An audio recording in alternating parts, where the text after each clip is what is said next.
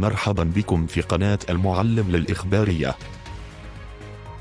أعلن رئيس الوزراء التركي يلدريم أن 36 شخصا على الأقل قتلوا وأصيب أكثر من 100 شخص في مطار أتاتورك الدولي بإسطنبول، وقد نفذ هذا الاعتداء الإرهابي 3 انتحاريين مساء أمس الثلاثاء.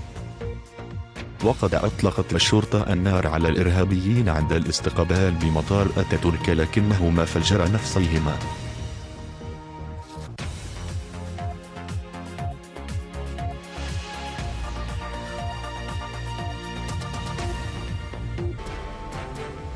شكرا لكم على المشاهدة. صديقي المشاهد، للتواصل معنا نرجو الاشتراك على قناتنا.